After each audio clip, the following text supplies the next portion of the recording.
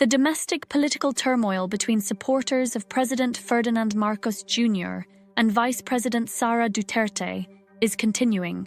The ongoing domestic political turmoil between the two office holders has not diverted attention from China's external threat in the West Philippine Sea. This underscores the need for the Philippines to avoid becoming overly focused on its internal political struggles, especially when an aggressive China continues to encroach on Philippine sovereignty and other nations in the South China Sea. And the US is changing administrations. The Japanese Foreign Minister Takeshi Iwaya met with Philippine Foreign Minister Enrique Manalo last week in Manila to discuss the security situation in the West Philippine Sea and the South China Sea, and both countries shared concern over Chinese aggressive territorial claims. This meeting happened after President Joe Biden, Japanese Prime Minister Shigeru Ishiba, and Philippine President Ferdinand Marcos Jr. held a virtual meeting as part of their trilateral arrangement. The foreign minister meeting in Manila reaffirmed the message from the call between Japan and the Philippines, indicating that the U.S. remains committed to the rules-based order security arrangements in the Western Pacific to counter China, particularly given Japan's statement that the security situation is becoming increasingly severe.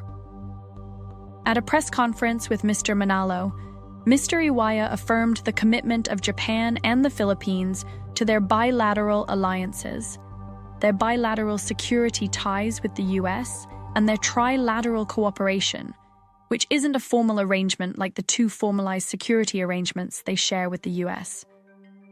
Like many other parts of the world, the Western Pacific media has exaggerated the fear that the U.S.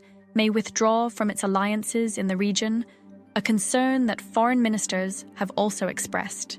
The Trilateral Alliance is a loose agreement that the Biden administration put in place, but the bilateral alliances between the U.S. and Japan and the U.S. and the Philippines are not new, and both were in place during the first Trump administration.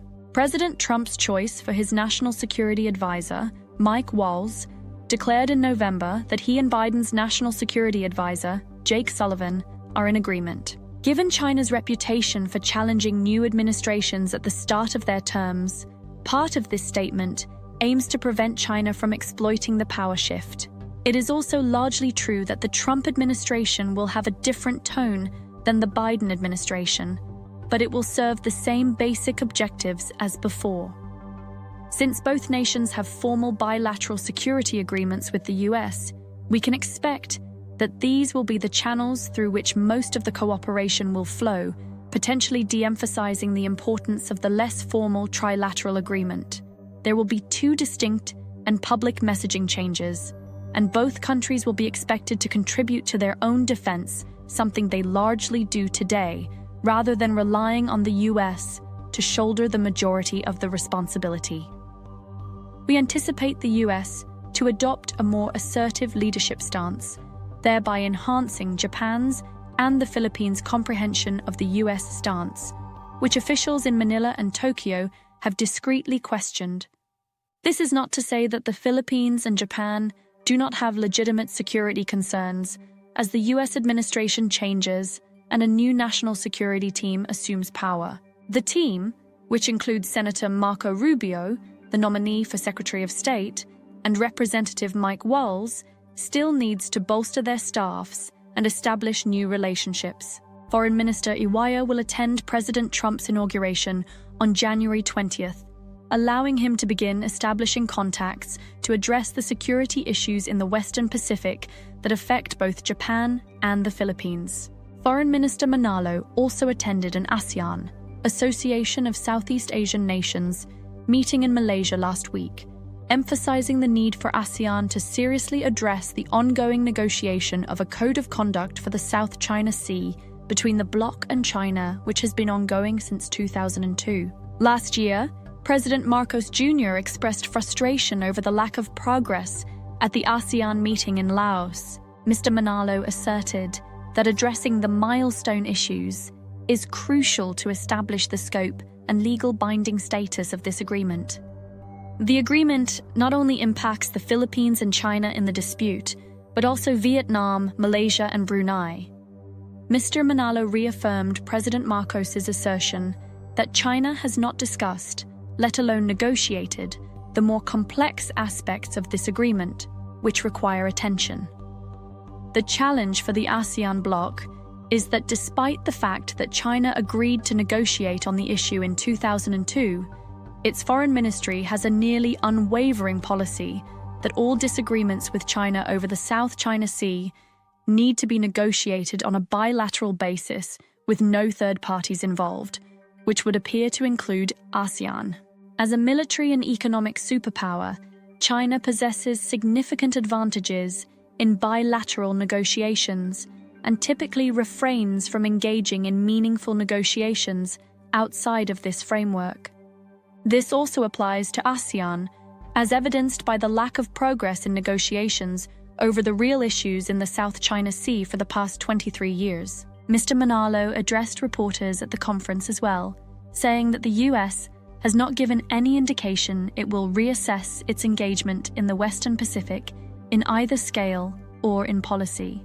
This is taking place against the backdrop of a bilateral meeting, the 10th in a series, between China and the Philippines, with the stated goal of reducing tensions in the region.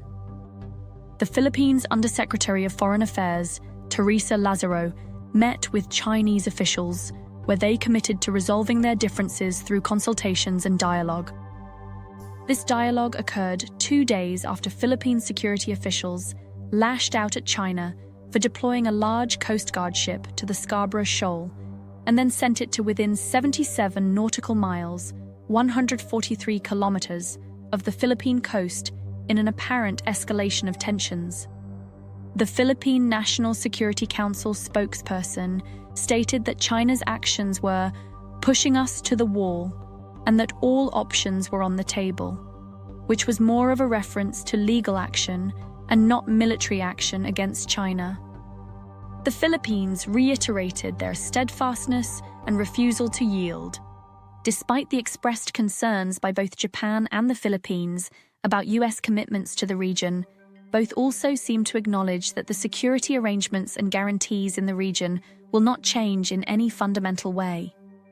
Expect the incoming Trump administration to be more confrontational with China in the Western Pacific and on the global stage, thereby increasing the weight of the security arrangements between the Philippines and Japan.